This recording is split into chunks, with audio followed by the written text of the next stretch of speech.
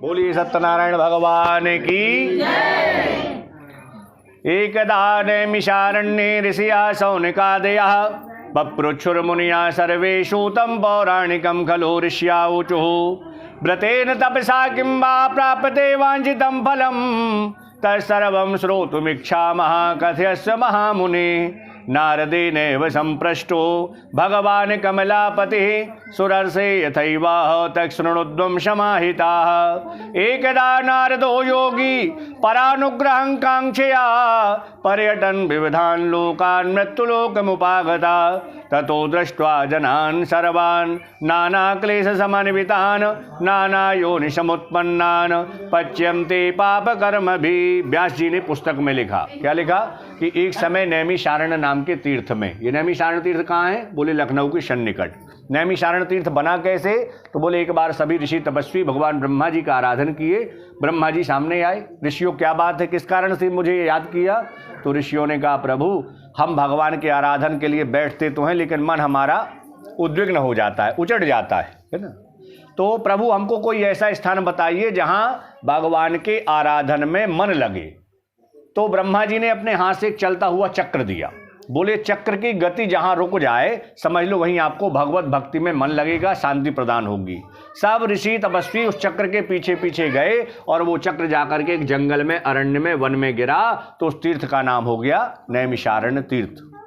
हम आप लोग भी तो है ना बैठे यहाँ हैं और कहीं का और ध्यान करें, शरीर से यहाँ बैठे हो मन कहीं और चला जाए तो कथा का कहीं से पल्ले पड़ने वाली नहीं है। इसलिए मन को एकाग्र चित्त करके भगवान की कथा सुनना चाहिए। तो उन ऋषियों ने प्रश्न किया किससे? सूत जी से। कहाँ पर? नैमिषारण्य तीर्थ में। कि प्रभु घोर कलयुग आ रहा है जिस कलिकाल में हम आप लोग रह रहे। कलयुग की आयु कितनी है? तो बोले 4,32,000 वर्ष। और अभी जो आयु है वो ज़्यादा नहीं बीती, 5,000 कुछ वर्ष बीती है ना। और हम लोग थोड़ा थोड़ा में कहते हैं कि कलयुग आ गया, कितना अनाचार बढ़ गया। अभी कुछ नहीं, अभी तो बच्चा है कलयुग, 2 महीने का है, पलने में झूल रहा है। जब जवान होगा तो पता नहीं क्या स्थिति होगी। लेकिन जैसा भी है, लेकिन कलिकाल में एक सबसे अच्छा गुण है कि भगवान का नाम स्मरण करते रहिए तो वह कलिकाल आपको नहीं सताएगा। शौनकादिक ऋषियों ने कहा प्रभु उन प्राणियों के लिए, हम सबके लिए प्रश्न किया। हम आप लोगों के प्रश्न कैसे होते हैं? पत्नी बच्चों तक है ना, ज़्यादा से ज़्यादा अगर प्रेम है तो माता पिता तक, और इससे ज़्यादा हम बढ़ ही नहीं पाते। लेकिन उन ऋषियों का प्रश्न हम सबके लिए कि प्रभु कलिकाल के प्राणियों को कैसे सद्गति प्राप्त होगी, भगवत भक्ति उनकी कैसे बढ़ेगी, तो उसके लिए कोई उपाय बताइए। तो सूत जी ने कहा जिस तरह आप हमसे प्रश्न कर रहे हो उसी प्रकार एक बार भगवान के परम भक्त नारद जी इस मृत्युलोक में आए। और यहाँ पर आकर के क्या देखा? मृत्युलोके जना सर्वे नाना क्लेश समन्विता नाना योनिसमुत्पन्नान् पच्यन्ते पाप कर्म भी। कोई भी सुखी नहीं है, कोई तन दुखी, कोई मन दुखी, कोई धन में राहत उदास, थोड़े थोड़े सब दुखी। तो सुखी कौन? बोले सुखी राम के दास।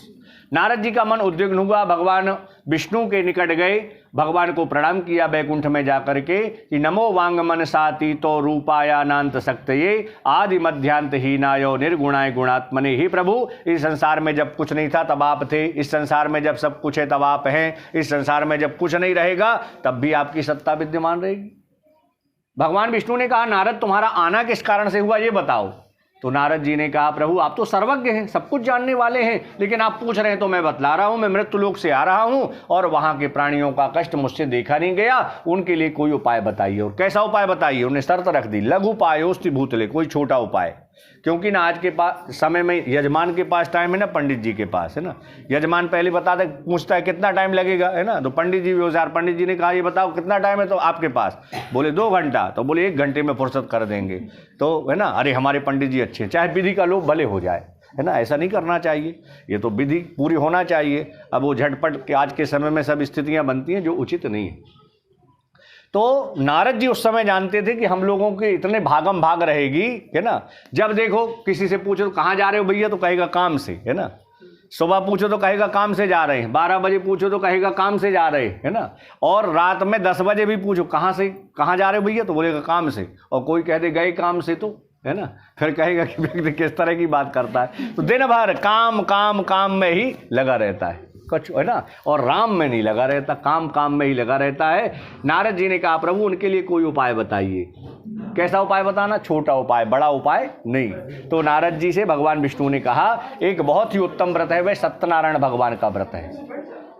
नारद जी ने कहा प्रभु ये बताओ इसमें लाभ क्या मिलेगा, क्योंकि कलयुग का प्राणी बिना लाभ के कुछ नहीं करना चाहता है ना, कुछ भी करता है तो बिना लाभ के कहाँ करना चाहता। लाभा लाभो जया जयऊ। तो भगवान विष्णु ने कहा इस व्रत की महिमा और इसका फल क्या है वो सुनो।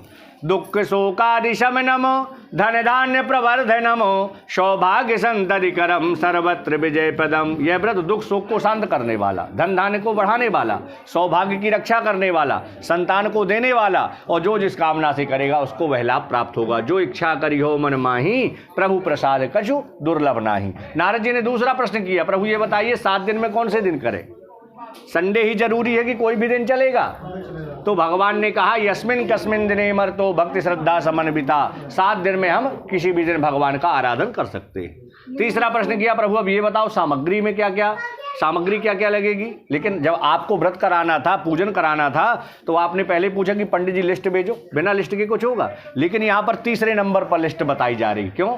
पहले लाभ बताया गया, कौन से दिन करें उसको भी नहीं, 7 दिन में कभी भी कर सकते।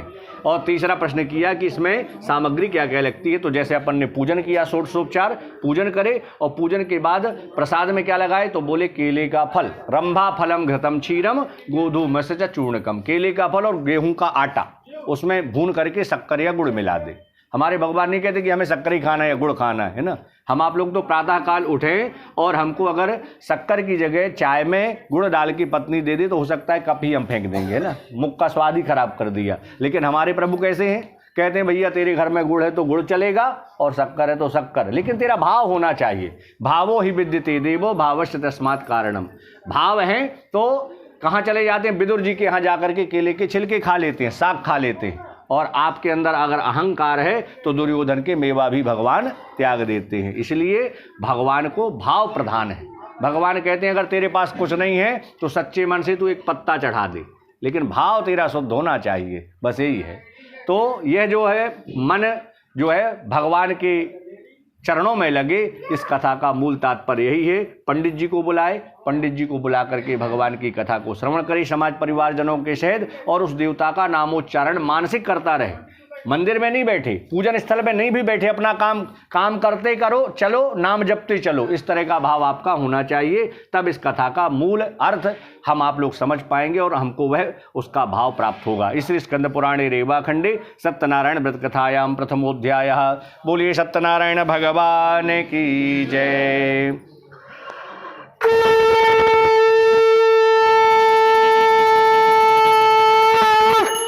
द्वितीयोध्याय, दूसरे अध्याय की कथा श्रवण करिए। फिर से ले लो चावल पोस्ट। अथान्याय संप्रवक्ष्यामि कृतं येन पुरद्विजो कश्चित् काशीपुरे रम्येहासीदिपोत निर्धनः क्षुत्रोभ्यां व्याकुलो भूत्वा नित्यं बभ्राम भूतले दुःखितं ब्राह्मणं दृष्ट्वा भगवान ब्राह्मण प्रिया। दूसरे अध्याय में सूत जी से शौनकादिक ऋषियों ने कहा प्रभु आपने व्रत की महत्ता तो बताई, लेकिन इस व्रत को सबसे पहले किसने किया वो हम जानना चाहते हैं। तो सूत जी ने कहा भाई आपको पहले तो मन एकाग्रचित्त करो। बोले प्रभु मन एकाग्रचित्त है, आप तो दिव्य कथा सुनाइए। तो सूत जी ने कहा कि काशी नाम की नगरी में एक ब्राह्मण रहते थे जिनका नाम था सतानंद। नित्य प्रति भिक्षा मांगते थे और भिक्षा से उनके परिवार का भरण पोषण नहीं हो पाता था। एक बार भगवान नारायण को उस ब्राह्मण के ऊपर दया आई, वृद्ध ब्राह्मण का रूप धारण करके पहुंचे और बोले ब्राह्मण इस पृथ्वी पर तुम क्यों भटक रहे हो? ब्राह्मण ने कहा मैं भटक नहीं रहा हूं, मैं तो अपने परिवार पत्नी बच्चों को है ना पालने के लिए भिक्षा मांग रहा हूं। अगर आप कोई उपाय जानते हो तो बतलाएं। तो भगवान नारायण ने जो वृद्ध ब्राह्मण के रूप में थे उनने यही व्रत बतलाया जो हम आप लोग कर रहे हैं। भगवान अंतर्धान हो गए। वह ब्राह्मण घर गया, रात्रि में उसको नींद नहीं आई, रात भर जागता रहा। क्यों? कि मुझको जो वृद्ध ब्राह्मण ने व्रत बतलाया है वो करना है। प्रातः काल उठा, स्नान आदि से निवृत्त होकर के भगवान का पूजन किया, संध्या वंदन किया और हाथ में जल लिया। संकल्प किया कि आज मुझको जो भी भिक्षा के मांगने से प्राप्त होगा उससे मैं अतुल तेजस्वी भगवान सत्यदेव का व्रत करूंगा। जब गया तो क्या आज दूनी भिक्षा मिली। अभी तक किसके लिए जाता था? पत्नी बच्चों के लिए। आज भगवान के लिए जा रहा है। तो भगवान का भी वचन है कि जो तू आवे एक पग मैं आऊं पग 60। लेकिन हम ऐसे दुर्बुद्धि हैं, ऐसे मूर्ख हैं कि भगवान की तरफ नहीं चला जा सकता, है ना। जिस दिन हम अगर भगवान की ओर चलेंगे तो कोई भी आपत्ति विपत्ति हमको जीवन में नहीं सताएगी। आज वह ब्राह्मण गया, दूनी भिक्षा मिली, बड़ा प्रसन्न होकर के घर आया सभी प्रकार की सामग्री को लेकर के, और पत्नी बच्चों के साथ भगवान की दिव्य कथामृत का पान किया। और अब तो उसका क्रम बन गया कि हर पूर्णिमा को, सूर्य संक्रांति को मुझे भगवान का व्रत करना है। धीरे धीरे जहाँ झोपड़ी थी वहाँ भवन बन गया, लेकिन वो भगवान का आराधन करना नहीं भूला। हम आप लोग भगवान का पूजन कब करते हैं? जब कोई कष्ट आता है तब फिर ध्यान आता है कि अरे भगवान है ना, भगवान की तरफ जाना चाहिए। लेकिन हमें सुख में भी भगवान की तरफ जाना चाहिए। हमारा यह क्रम है कि प्रातः काल उठ करके हम प्रणाम करें भगवान को, और यह शिक्षा जब हम प्रणाम करेंगे तो हमारे बच्चों में भी वह शिक्षा आएगी। तो जीवन में हमें ध्यान रखना चाहिए। आज वह ब्राह्मण संपूर्ण वैभव के आधार पर भगवान का पूजन कर रहा था। लकड़ी बेचने वाला आ गया। लकड़ी बेचने वाले ने देखा कि ब्राह्मण की जहाँ झोपड़ी थी वहाँ भवन बन गया। कैसे बन गया, क्या बात है? जब लकड़ी के गट्ठर को बाहर रखा, देखा तो शंख घंटा ध्वनि की आवाज़ सुनाई दी। अंदर प्रवेश किया तो वही ब्राह्मण देवता भगवान का पूजन कर रहे थे। बैठ गया, कथा श्रवण किया, ब्राह्मण देवता ने उसे प्रसाद दिया। ब्राह्मण से वह लकड़हारा बोलता है कि किसका पूजन कर रहे? तो ब्राह्मण ने कहा, मैं अतुल तेजस्वी भगवान सत्यदेव का उत्तम व्रत कर रहा हूँ, और इन्हीं की कृपा से मेरे यहाँ ये संपूर्ण धन वैभव देख रहे हो। लकड़हारे ने कहा, प्रभु इस व्रत को मैं भी करूँगा। पूरी व्रत विधि ब्राह्मण के द्वारा जान करके प्रसाद को प्राप्त किया, और लकड़ी के गट्ठर को अपने मस्तक पर रखा। जहाँ बड़े धनिक लोग रहते थे जा करके बेचा, तो आज उसे भी लकड़ी का दूना दाम मिला। बड़ा प्रसन्न हो गया। सभी प्रकार की पूजन सामग्री लाया, और परिवार के साथ में ब्राह्मण को बुला करके भगवान की दिव्य कथामृत का पान किया। और उस कथामृत के पान करने से क्या हुआ? एह लोके सुखम भुक्त्वा चांते सत्यपुरम येव। इस संसार में सुख भोगा और अंत में भगवान के दिव्य धाम को गया। इस स्कंद पुराणे रेवा खंडे सत्यनारायण व्रत कथायाम द्वितीयोध्याय। बोलिए सत्यनारायण भगवान की जय।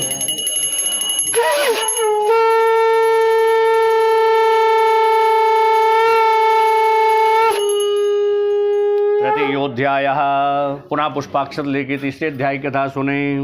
पुरा चोल्य का मुखो नामो न पश्यासीन महामति जितेन्द्रिया सत्यवादी चायउ देवालयम प्रति दिने दिने धनम दत्वा द्विजान संतोषयत सुधी भार्यात सप्रमुग्धा चा सरोज वदना सती। तीसरे अध्याय में एक राजा की कथा सुनाई। अभी आपने कथा सुनी ब्राह्मण की, लकड़हारे की। सूजी चिंतन करने लगे कि अभी मैंने जो कथा सुनाई वो गरीब निर्धन लोग हैं उनकी कथा सुनाई। हम आप जैसे जो ज़्यादा बुद्धिमान लोग हैं यही न समझने लगे कि जिनको दुख आता है या गरीब है, निर्धन है, वही भगवान का पूजन करते हैं। तो राजा की कथा सुनाई जिसके पास अपार संपदा है, घोड़े, रात, हाथी, वैभव सब है, लेकिन क्या नहीं है? संतान नहीं है, पुत्र नहीं है। तो पुत्र की कामना से एक नदी के तट पर व्रत कर रहा है। नदी का नाम क्या है? भद्रशीला। भद्र यानी होता है कल्याण, और शील माने अच्छा। जो अच्छा कल्याण करे, उस नदी के किनारे राजा और रानी भगवान का पूजन कर रहे थे कि उसी समय एक वैश्य आ गया, साधु नामक वैश्य। उसने देखा कि इतना बड़ा राजा नदी के किनारे आकर क्या कर रहा है, तो अपने राज सिंहासन पर बैठे बैठे आदेश कर दे कि मुझे है ना 11 ब्राह्मण चाहिए। तो 1100 ब्राह्मण पहुंच जाएंगे। ये नदी के किनारे और गुप्त रूप में क्या कर रहा है? वैश्य बैठ गया, कथा को सुना। जब राजा ने प्रसाद दिया उस साधु नामक वैश्य को, तो वैश्य ने कहा, राजन आप बड़े दत्तचित्त होकर किसका पूजन कर रहे हैं? तो राजा ने कहा कि यह सत्यदेव का पूजन कर रहा हूं मैं। इसके करने से क्या लाभ है? वैश्य ने कहा, बोले इसके करने से लाभ तो मुझे मालूम नहीं, लेकिन यह है कि ये जो आप इच्छा मन में करोगे वह प्राप्त होता है। जो इच्छा करो हो मन माही, प्रभु प्रसाद कछ दुर्लभ नाही। राजा से वैश्य ने कहा, लेकिन आप किस कारण से कर रहे हैं? बोले मेरे यहाँ सब कुछ है भाई, संपूर्ण धन, घोड़े, रात, हाथी सब है, लेकिन संतान नहीं। संतान की कामना से व्रत कर रहा हूं। वैश्य ने कहा, मेरे यहाँ भी संतान नहीं है, ममापि संततिर् नास्ति, मैं भी इस व्रत को करूंगा। घर गया, अपनी धर्मपत्नी लीलावती से बोला कि एक राजा के मुख से सुन करके आ रहे हैं कि भगवान सत्यदेव का पूजन करने से संतान की प्राप्ति होती है, अतः हम भी करेंगे। लीलावती ने कहा, स्वामी जी करेंगे, अभी कर लेते हैं। बोले नहीं, अभी नहीं। कब? पहले फल की तो प्राप्ति हो, है ना। वैश्य का धर्म क्या है? टका धर्मा टका कर्मा टका ही परमम तपः यस्य गेहि टका नास्ति हा टका टक टकायते। कंजूस की चमड़ी चली जाए पर दमड़ी ना जाने पाए, ऐसा वैश्य था वो। भगवान की कृपा से लीलावती गर्भवती हुई और 10वें महीने में कन्या रत्न की प्राप्ति हो गई। कन्या ऐसे बढ़ने लगी जैसे शुक्ल पक्ष का चंद्रमा बढ़ता है। कला कला बढ़ने से उस पुत्री का नाम कलावती रखा गया। बरही छठी का कार्यक्रम प्रारंभ हुआ, उसमें भी लीलावती ने याद दिलाया, लेकिन वैश्य ने कहा अभी नहीं, बाद में करेंगे। धीरे धीरे पुत्री विवाह के योग्य हो गई। विवाह के योग्य जब हो गई तो उस समय पत्नी को तो भूल गया, और वैश्य तो भूले भुलाए थे, करना ही नहीं था। विवाह हो गया, उसके बाद वैश्य का व्यापार भी अधिक बढ़ गया। अब अकेले संभल नहीं रहा, तो बोले नौकरों को रखेंगे तो गड़बड़ है, तो बोले दामाद घर जमाई ठीक है, साथ में रहेगा, अगर कुछ पैसा अगर गड़बड़ भी करेगा तो जाएगा कहाँ, मेरी बच्ची के पास ही जाएगा। तो अपने दामाद को साथ में लिया और दूसरे शहर में व्यापार करने के लिए गया। उस शहर का नाम था रत्नसारपुर। वहाँ के राजा थे चंद्रकेतु। जाकर के अभी रुके ही थे कि भगवान की कुछ ऐसी दिव्य माया हुई कि राजा चंद्रकेतु का धन चुरा करके चोर भागे। पीछे से सिपाही दौड़ते हुए आते देखकर चोरों ने पूरा धन वैश्य और दामाद के पास रखा और अफू चक्कर हो गए, भाग गए। सिपाही आए, ये तो सो रहे थे, उठाए, बोले यही दोनों चोर हैं। किसको?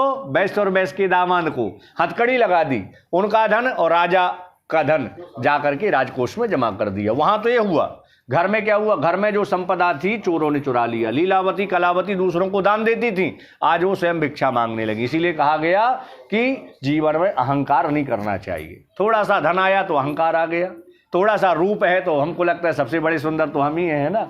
किसी को अगर थोड़ा सा ज्ञान आ गया तो अपने आप को विद्वान समझने लगे, ठीक है ना। भगवान कहते हैं कि अहमता को छोड़ करके मुझसे जो ममता करता है उसका जीवन सुखमय हो जाता है। आज वह वैश्य और उनके दामाद कहाँ पर है? कारागृह में। लीलावती कलावती घर घर भिक्षा मांगने लगी। सायंकाल के समय एक ब्राह्मण के यहाँ कलावती भगवान की कथा चल रही थी, वहां गई। कथा सुनने के बाद लौट करके आई। लीलावती बोली, बेटा तुम इतनी रात्रि में कहाँ रही?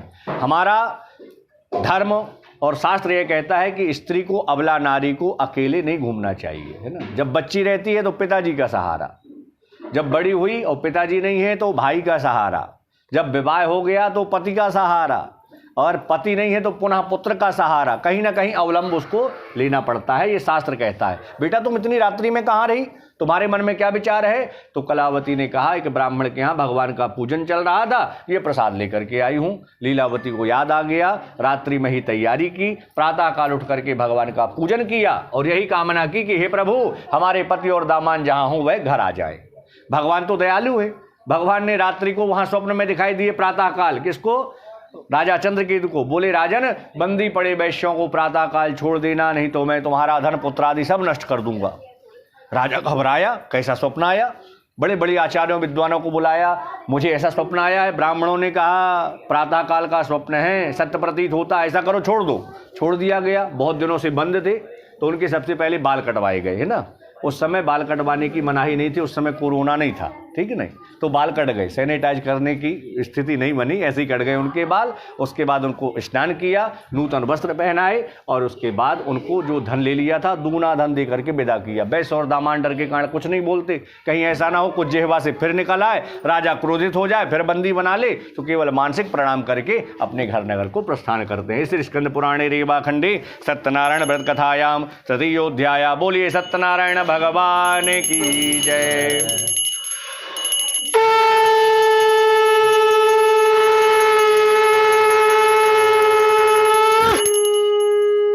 चतुर्थोध्याय, चौथे अध्याय की कथा सुने। यात्रां तो कृतवान् साधुरो मंगलायन पूर्विकाम ब्राह्मणेभ्यो धनं दत्त्वा तदा तो नगरं ययौ कियद्दूरे गते साधो सत्यनारायणः प्रभु जिज्ञासां कृतवान् साधो किमस्ति तव नोस्थितं। वैश्य यात्रा प्रारंभ किया। और यात्रा कैसे प्रारंभ किया? नाव में पूरा धन भरा, हीरा जवाहरात सोना और वस्त्र से ढका, और चलने को उद्यत हुआ। समुद्र के पार गांव था। अब जैसे ही चलने को उद्यत हुआ, भगवान ने सोचा इसकी परीक्षा ले लेते हैं। भगवान ने क्या किया? दंडी स्वामी का रूप धारण किया, संत जी का रूप धारण किया और पहुंच गए। बोले वैसे तुम्हारी नाव में क्या है वर्तमान में? अभिमानी वैश्य ने कहा, दंडी स्वामी आपको धन लेने की इच्छा है क्या? मेरी नाव में क्या है मालूम है? लता पत्रादिकम चैवो वर्तते तरड़ो ममो। लता पत्र मिर्च मसाला भरा पड़ा है, गरम मसाला इत्यादि। अच्छा। भगवान ने जब उसके ऐसे वचन सुने तो भगवान ने कहा तेरा वचन सत्य हो जाए, सत्यम भवतु ते बचा। भगवान दूर जाकर के बैठ गए। वैश्य नित्य क्रिया से फुर्सत हुआ तो देखा कि नाव जो वजन के कारण जल में डूबी जा रही थी ऊपर उठी हुई दिखाई दी। वस्त्र अलग करके देखा तो उसमें सही पे मिर्च मसाला भरा पड़ा था, है ना। स्थितियां ऐसी होती है ना। अभी जब नोटबंदी हुई तो देखो आप कितने की हालत खराब हो गई, कितने के हार्ट फेल हो गए, है ना। वही स्थिति हुई उस वैश्य की। हाँ, वैश्य मूर्छित होकर के गिर गया और तुरंत दामाद ने जल का अभिसिंचन किया, हवा किया। उसके बाद जब मूर्छा शांत हुई तो दामाद ने कहा हो ना हो दंडी भगवान का श्राप है, उनके पास चलना चाहिए। वह वैश्य दंड के समान पृथ्वी पर लौटता है, कहता है हे प्रभु आपकी माया को ब्रह्मादि देवता नहीं जान पाए, मैं तो तुच्छ मानव हूं, मेरे अपराध को क्षमा करो। और फिर क्या कहता है? मेरी नाव में धन भर दो। मांगता भी है तो थोड़ा ही सा मांग रहा है पटेल जी, बताइए, है ना। कहता है कि मेरी नाव में धन भर दो। भगवान ने कहा ठीक है, लेकिन तुम हमारी इन बातों को सुनो, तुम्हारी नाव में धन भरा पड़ा मिलेगा। हम भी अपने जीवन में इन बातों को उतारें। क्या कहा दंडी भगवान ने, उस वैसे से सुनिए। धन का घमंड प्यारे मन से तो दूर कर, दौलत खजाना सब यहीं रह जाना है। अल्पकाल जीवन में राम पर ध्यान धर, आए हो जहां से वहीं पर फिर जाना है। झगड़े लड़ाई का कुछ भी है काम नहीं, काहू को किसी से बैर तुमको बढ़ाना है। लाखन में एक बात तुमसे बताए जात, काहू को सताओ मत अंत मर जाना है। दंडी भगवान ने बतलाया, वैश्य ने प्रणाम किया, नाव के निकट पहुंचा तो पुनः हीरा जवाहरात से भरी पाया। बड़ा खुश हो गया, घर की ओर चला। जब घर पास में आ गया तो धन के रक्षक दूत को बोला, जाओ भाई घर में जाकर के बताओ वैश्य बहुत साधन लेकर नगर के पास में आ गए। दूत गया तो वहां देखा कि लीलावती कलावती पूजन कर रही थी। लीलावती ने जैसे सुना तो पुत्री कलावती से बोली, बेटा तुम पूजन करना, मैं अपने पति के दर्शन के लिए जाती हूँ। लीलावती तो चली गई, कलावती से भी नहीं रहा गया। पिताजी आ रहे हैं, पति आ रहे हैं, बहुत सा धन लेकर के आ रहे हैं, तो शीघ्रता में पूजन को संपन्न करके और प्रसाद को त्याग करके जब वहां पहुंची तो उसके पति नाव के सहित धन के सहित अदृश्य। सब लोग घबरा गए, सारे मल्लाह चिंता करने लगे। अभी अभी तो दामान जी की नौका दिख रही थी, कहाँ चली गई। जब वह कलावती ने देखा कि मेरे पति नहीं है तो बोले मेरा जीवन व्यर्थ है। घर गई, जिन पति की खड़ाओं का पूजन करती थी लेकर के आई और सती होने का निश्चय कर लिया। क्यों? क्योंकि स्त्री के लिए बताया गया पति ही गति है, पति ही ईश्वर है, पति ही गुरु है, और पति नहीं है तो मैं कैसे, मेरा जीवन चलेगा। तो चिता बना करके सती होने का निश्चय कर ली। उसी समय आकाशवाणी हुई, वैश्य तुम्हारी जो ये पुत्री है प्रसाद को छोड़कर चली आई है, घर जाए और प्रसाद को प्राप्त करे तो इसका पति अवश्य मिलेगा। आकाशवाणी सुनते ही कलावती गई, प्रसाद को प्राप्त किया, लौट करके आई तो नाव के सहित धन के सहित अपने पति को पाया। पिताजी से कहती है, पिताजी अब देर क्यों करते हैं, घर चलना चाहिए। घर में जाकर के भगवान का पूजन किया और जब तक इस संसार में रहे हर पूर्णिमा और संक्रांति के दिन भगवान सत्यदेव का पूजन कर भगवान के दिव्य धाम को गए। इस स्कंद पुराणे रेवाखंडे सत्यनारायण व्रत कथायां चतुर्थोध्याय। बोलिए सत्यनारायण भगवान की जय।